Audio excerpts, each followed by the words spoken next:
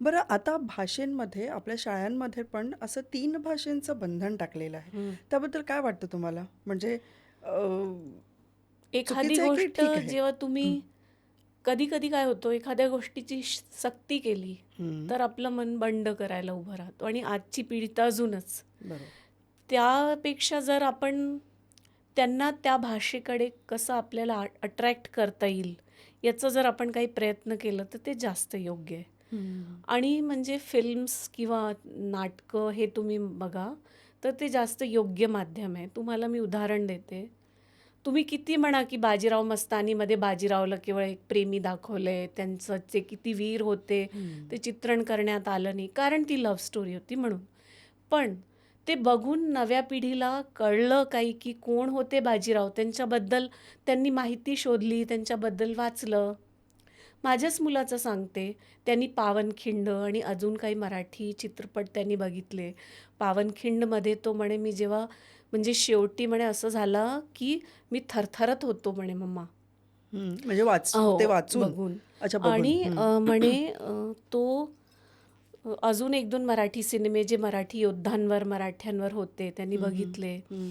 तर तो म्हणे, की "मम्मा मला आत्ता कळतंय आजच्या भाषेत बोलला मराठी इतने कूल थे." हं. हां, तर मग तुम्ही बघा, की त्या चित्रपटाच्या माध्यमातून माझ्या मुलांनी बघितलेला पहिला मराठी चित्रपट तर कट्यार काळजात घुसली. क्या बात है! कट्यारची गाणी त्यांना खूप मस्त. आवडतात. ते अजूनही ऐकतात. शंकर तर महादेवन. आपल्याला शंकर महादेवन, राहुल देशपांडे आणि जे ज्याच्याशी जुळलेले, या सगळ्यांना क्रेडिट द्यायला पाहिजे, की यांनी नवी ऑडियन्स, नवे प्रेक्षक आणि त्या नव्या प्रेक्षकांसाठी या आपल्या खजिनाचं दार उघडं केलंय. एक्झॅक्टली. नाहीतर ही पिढी विसरली असती. आता पहा कट्यारचे प्रयोगही होतात. आता नवी पिढी पण ते पुन्हा नव्याने ते संगीत नाटकं करायला सज्ज आहेत. तर कुठलं एखाद्या अशा माध्यमातून मुलांना त्या भाषेशी जोडा जे त्यांच्या जवळचं आहे. बरोबर आहे. बरोबर हे बघा इंग्रजीचं महत्त्व आपल्याला नाकारता येत नाही. ती संपर्क भाषा आहे आहे. जगात आणि आजच्या या राजभाषा आणि हं. आपल्याला पूर्ण आंतरराष्ट्रीय पातळीवर एवढं सन्मान आपल्याला एवढं मिळत आहे.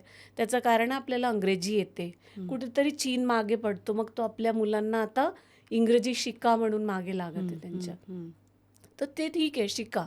हं. घरी आपली भाषा बोला आणि देशात मी तर आता मध्ये एक विवाद जेव्हा सुरू होता तर मी तर गमतीत म्हटले, पंजाबी अनऑफिशियली आपली राष्ट्रभाषा आहे. हं. कारण मराठी माणसाचं लग्न असो की साऊथ इंडियन माणसाचं, सगळे पंजाबी पंजाबी गाणी गाण्यांवर वाजतात. नाचतात. हो. मग आहे की नाही? एक्झॅक्टली. हं, तर एंटरटेनमेंट, कला हं. हे सगळ्यात चांगलं माध्यम आहे लोकांना भाषा शिकवण्याचं. आणि तुम्ही लोकांपर्यंत खूप पोहोचवण्याचं. सुंदर कला त्या भाषेत त्यांच्यासमोर सादर करा. ते आपोआप तुमची भाषा शिकायला येतील. आणि कुठलाही विषय किंवा कुठलंही हे समजावून सांगायचं पण असेल नवीन हं, पिढीला, हं. तर तुम्ही ते जुनं नाही घेऊ शकत ना. त्या त्यांना त्या नवे माध्यमातून संदर्भ म्हणजे पाहिजे. त्या फील्डमध्ये किंवा त्यांना त्यांच्यापर्यंत कसं पोहोचता येईल, ते नवीन टेक्नॉलॉजी त्यांच्याशी सामावून आपल्याला घ्यायची आहे. आणि हा पण आपला प्लॅटफॉर्म त्यासाठीच आहे, की बरीच जुनी लोकं जी आहेत, की जी साहित्याशी निगडीत आहेत, बऱ्याच संस्कृतीशी निगडीत आहेत, पण ते कुठेतरी मे बी त्यांची 85 एज असेल, हं, 84-85 हं, असेल.